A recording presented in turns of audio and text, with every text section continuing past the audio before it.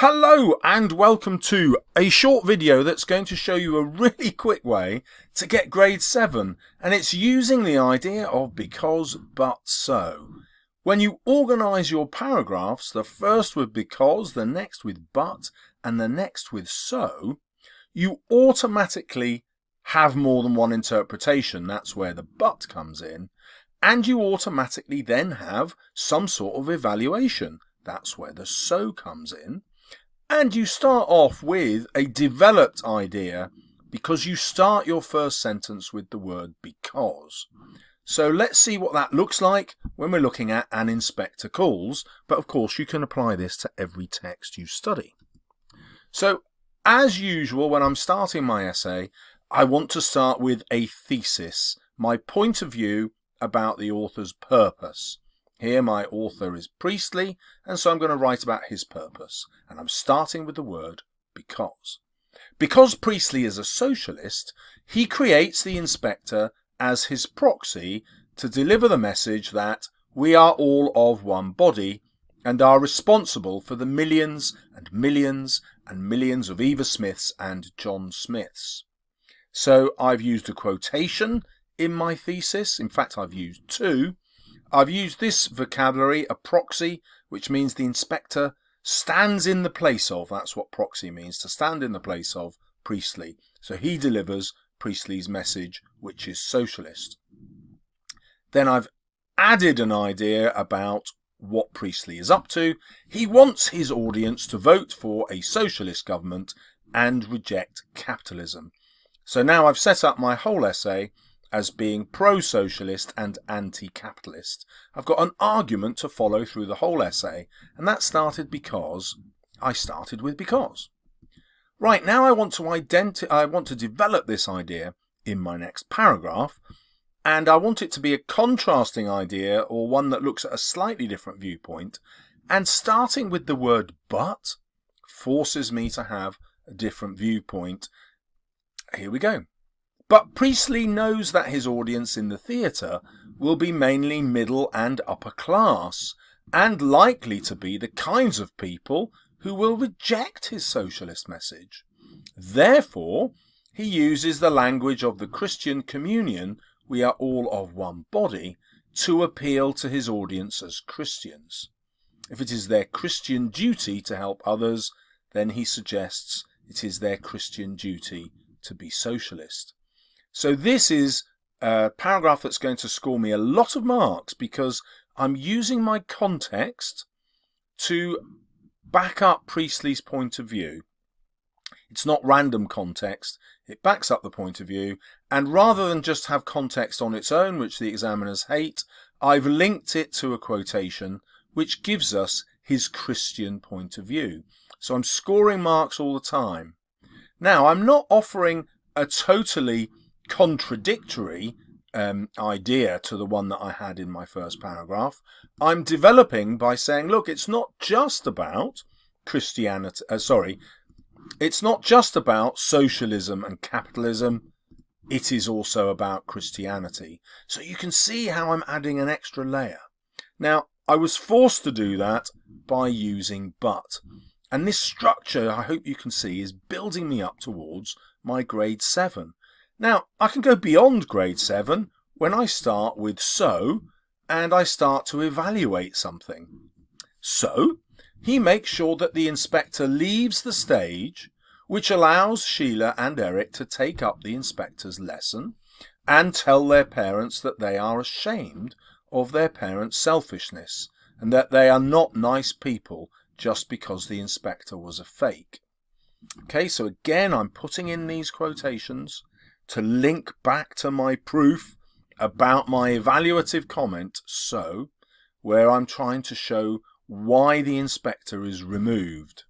Now, at the minute, that doesn't sound like a connected point. I've got to connect it to socialism or capitalism or Christianity, because that's what I've been arguing about in the previous two paragraphs. So, this shows upper-class capitalists changing their minds and taking on a socialist viewpoint, just as Priestley hopes will happen in his audience. So now I hope you can see I've linked it together. Audience was highlighted here, and it's the audience that I'm talking about here, the upper and middle class people. I've linked back to socialism here and capitalism here, which of course was the idea introduced in my first paragraph. So you can see how using this because, but, so structure has forced me to go through a sequence where I think at least at a grade 7. Now, let's just go back and look at the word length of this. I've just written 3 paragraphs. I don't know, maybe that's a third of your essay, maybe it's a quarter of your essay, maybe it's a fifth, depending on your writing speed. But already the examiner is thinking, right, here is a top-notch thesis. This student really knows what he's talking about, because I'm a he, I'm not assuming all students are. Then I've developed the response, and the examiner has thought, hey, definitely grade 7 here. There's lots of context which actually fits what the writer wants to achieve. It's not just random context.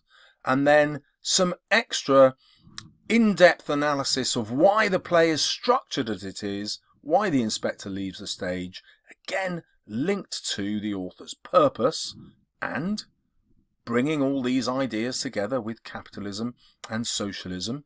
Now you can probably guess where I need to go next in my next paragraph. I need to go back to the idea of Christianity perhaps, or to moral purpose. Let's now take a look at what you should have learned from this video for you to take notes from for your revision. So you should have noticed how I've embedded the quotations here. I've gone back and highlighted them for you so you can see how they fit into the sentences. Look, here's 2 of them that actually fit into this whole first sentence. And if you can do that, you're automatically forcing the examiner to think you're an excellent student. You don't have to have long ones. Actually, it's much easier to embed the short ones. Again, we've got a sentence here, and the quotation just fits inside the sentence. It's an embedded sentence, embedded quotation, I should say.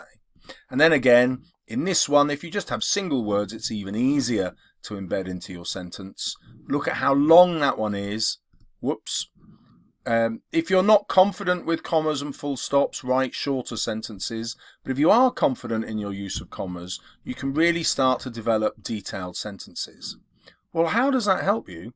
Because once you have embedded quotations, you start to write detailed explanations. And that detailed analysis I'll talk about later forces the examiner to give you a top mark. Remember, your quotations always have to link to the author's purpose. Now, I'm also suggesting to you that you use context as though it's a quotation. This, I think, is a really simple way to stop you just splatting loads of historical data and information into the middle of your essay. If you actually think of it as a quotation, as a bit of evidence you can use to link back to the author's purpose, you'll get much higher marks. So, for example, here was some context. Priestley is a socialist, and that's just a piece of evidence that I'm using to back up my idea of Priestley's message. Here's some context about his audience being mainly middle and upper class in 1945, and I've linked that to Priestley's purpose, his socialist message. Again, it's worked as an embedded quotation. So that's the very best way to make context work for you and get you the marks, rather than interrupt your essay and get the examiner to think you don't really know what you're doing. Hopefully you've also noticed that I write more than one sentence in each paragraph. So if we go back, that's the first sentence, here's the second. If we go to this one, we've got a really long sentence. There's one there, there's another here, and so on. When you have more than one sentence in your paragraphs, you obviously develop them. Now, why that's important is it's really tempting to say, well, I'll just write one sentence with because, and then another sentence with but, and another sentence with so. And if you're kind of at grade 4, maybe grade 5, then you can do that to move up a grade. So you can probably get grade 6 even, just structuring your writing with one sentence because, the next one but, and the next one so. But to get into the grade 7 and higher, you need more than one sentence for each of these. Okay, obviously only the first sentence starts with those words, but you add the detail to move up the grade. And then hopefully I've persuaded you, or rather taught you to understand that the sequence of because, but, so forces you to write these things in bold, which are what will be in the mark scheme, whatever exam board you're doing. A detailed analysis, that will be a top grade mark scheme skill.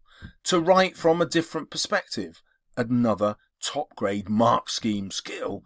And to have an evaluative comment. Now you might not have known what that meant, but now you've seen it. Hopefully you remember which word does that. It's so. So now it's time to evaluate my video. Please give me some comments below. Thank you for subscribing. See you soon on my channel. Good luck in your revision. Try this in your essays. It's a sequence that always works. And why not post some below? I'll even mark some or make you a video. See you soon.